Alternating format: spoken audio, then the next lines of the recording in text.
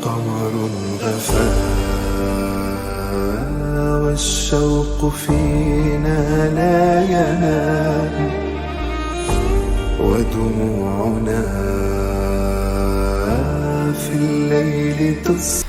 Assalamualaikum warahmatullahi wabarakatuh. Wilujeng Sumping Sampurasun kembali hadir dengan saya di channelnya Doni Cipining. Di channel ini seperti biasa saya membagikan sebuah kata-kata mutiara motivasi dan mindsetnya para pembisnis atau pengusaha yang sukses di era digital ini.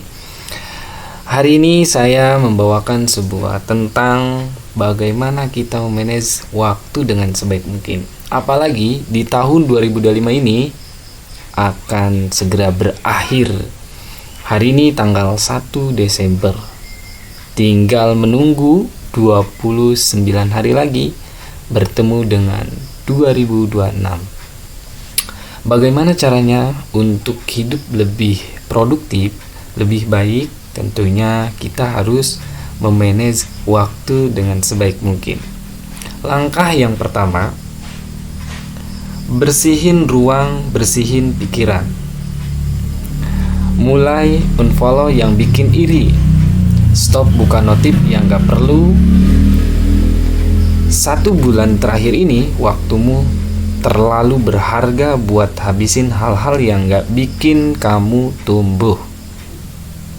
Yang kedua adalah hubunganmu sama Sang Pencipta, Allah Subhanahu wa Ta'ala. Itu pondasi paling utama. Kedekatan sama Allah yang bikin kamu kuat bahkan saat kamu capek, tenang bahkan pas semuanya berantakan. Sholat tepat waktu, dzikir, berdoa, itu bukan rutinitas, itu charger utama hatimu. Jadikan prioritas. Jadikan prioritas, bukan sekedar hanya rutinitas. Lalu yang ketiga, bangun rutinitas kecil. Baca 5 halaman buku, olahraga, ya minimal 1 hari berapa menit gitu kan. Terus journaling tiap malam. Gak usah langsung sempurna, cukup ulangi tiap hari biar jadi gaya hidup baru. Terus yang keempat adalah kamu adalah apa yang kamu serap. Tukar waktu scroll dengan nonton podcast. Nah, ini salah satu kalian juga sudah menemukan video ini bukan berarti hanya sekedar semata-mata itu sudah ada yang mengatur. Jadi di video ini semoga video ini menjadi menginspirasi kita. Jadi video ini juga membawa kebaikan buat kita juga.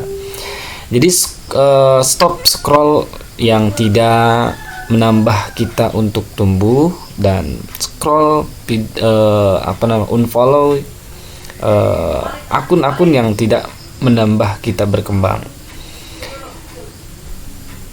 Lalu baca buku atau belajar skill baru. Isi kepalamu dengan hal-hal yang memperluas bukan yang menguras. Terus yang keempat, kerjain goalmu diam-diam. Jadi tujuan kita apa nih yang harus kita capai dulu. Jangan yang 1 tahun dulu, 1 bulan aja nih. Misalkan sekarang kan awal bulan nih, awal bulan Desember di akhir penghujung 2025. Dalam seminggu kalian harus mencapai apa nih? Misalkan sholat tepat waktu, tidak bolong. Tuh itu juga adalah goals ya. Jadi pencapaian hal-hal yang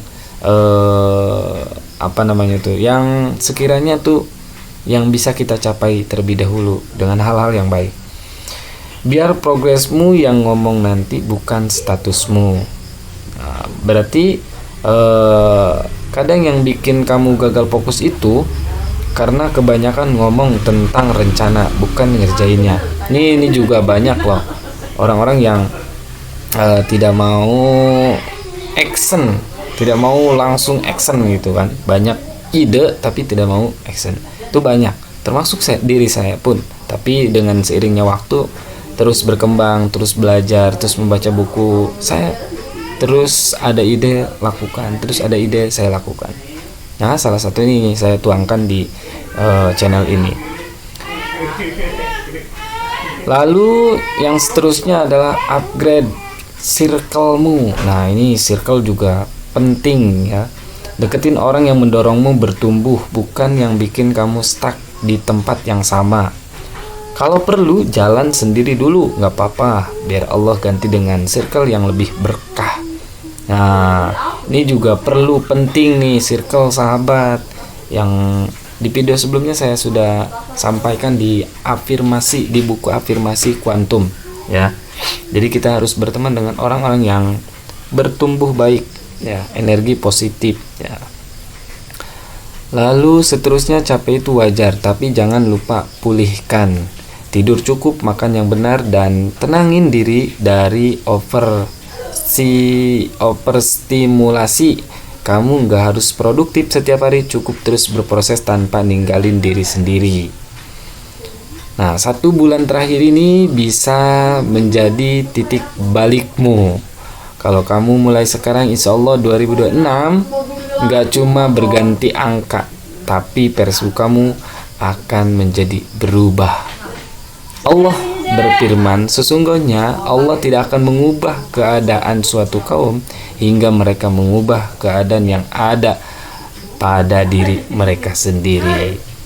Ya, perlu ini yang kita lakukan adalah progres kita untuk terus belajar. Mungkin hanya itu yang dapat saya sampaikan, kurang lebihnya mohon dimaafkan. Assalamualaikum warahmatullahi wabarakatuh.